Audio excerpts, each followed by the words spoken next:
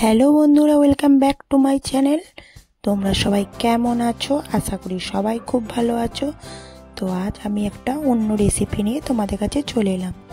তো এটা কি মাছ তোমরা নিশ্চয়ই চিনতে পারছো। এটা হচ্ছে পাবদা মাছের ঝাল, সর্ষে বাটা দিয়ে পাবদা মাছের ঝাল। দেখো কালারটা কি সুন্দর এসেছে এবং মাছগুলো কি বড় বড়, দেখতেই পাচ্ছ। তো আর বেশি কথা বলবো না, চলো রেসিপিটা শুরু করা যাক। কিভাবে করছি চলো দেখতে থাকো, স্কিপ না করে পুরো ভিডিওটা দেখবে। তো দেখো মাছগুলো ভালো করে কেটে ধুয়ে পরিষ্কার করে কি সুন্দর সাজিয়ে রেখেছি। তো তারপরে নুন আর হলুদ দিয়ে ভালো করে মাছের গায়ে মাখিয়ে নেব। আর মাছগুলো এতটাই বড় যে থালাটার মধ্যে ধরছিলই না। এখানে 7 পিস মাছ নিয়েছিলাম। তো দেখো ভালো করে নুন আর হলুদটা মাছেতে মাখিয়ে নিচ্ছি।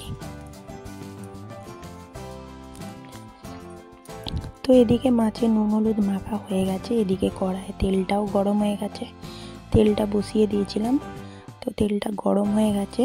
এরপরে মাছগুলো আমি ছেড়ে দেব। তো দেখতে পাচ্ছ তো পাবদা মাছ কিন্তু প্রচুর পরিমাণে ফোটে, অতএব তোমরা যখনই বানাবে খুব সাবধানে মাছগুলো ছাড়বে। আর আমি দুটো করেই মাছগুলো ভেজে নিচ্ছে, কারণ এটা ফ্রাই প্যান হলে সুবিধা হতো। তো যেহেতু কড়াতে চিটিয়ে যেতে পারে, তো তখন একটার সাথে একটা লেগে গেলে ছাড়াতে অসুবিধা হবে, মাছগুলো ভেঙে যাবে। আর তোমরা সবাই জানো যে পাবদা মাছ খুবই নরম একটা মাছ। আর যখনই এই মাছের ঝাল করা হোক না কেন, এই মাছ খুব হালকা করে ভাজতে হয়। খুব একটা কড়া ভেজে দিলে এই মাছের স্বাদটা নষ্ট হয়ে যায়। তো দেখো তোমাদের সাথে কথা বলতে বলতে মাছগুলো সব ভেজে নিলাম। এবারে যে তেলটা ছিল তাতে একটুখানি তেল দিলাম। তো দিয়ে দেখো তেলটা একটু গরম হতে সময় লাগছিল। তো যাই হোক আমি কালো জিরেটা ফোড়নটা দিয়ে দিলাম আর 4টে কাঁচা লঙ্কা দিয়ে দিলাম।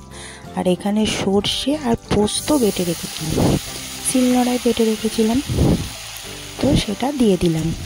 দিয়ে ভালো করে আমি একটু নাড়িয়ে নেব।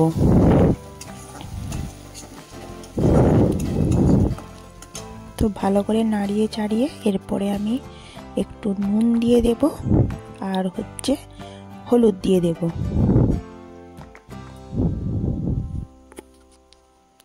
তো তোমরা কারা কারা এই মাছ খেতে পছন্দ করো? আশা করি কম বেশি অনেকেই পছন্দ করো এই মাছ খেতে। আমার তো খুব ভালো লাগে, বিশেষ করে যেহেতু সর্ষে পাবদাটাই সব থেকে বেশি পছন্দ। তো দেখো নুন হলুদ দেওয়ার পরে একটু গুঁড়ো লঙ্কাও অ্যাড করলাম, কাঁচা লঙ্কাও দিয়েছিলাম, একটু গুঁড়ো লঙ্কাও অ্যাড করলাম, কালারটাও যাতে একটু ভালো আসে এবং একটু ঝালঝালও হয়। তো দেখো ভালো করে কষিয়ে নিয়ে তেলটাও বেরিয়ে গেছে। এরপরে আমি জল দিয়ে দেব।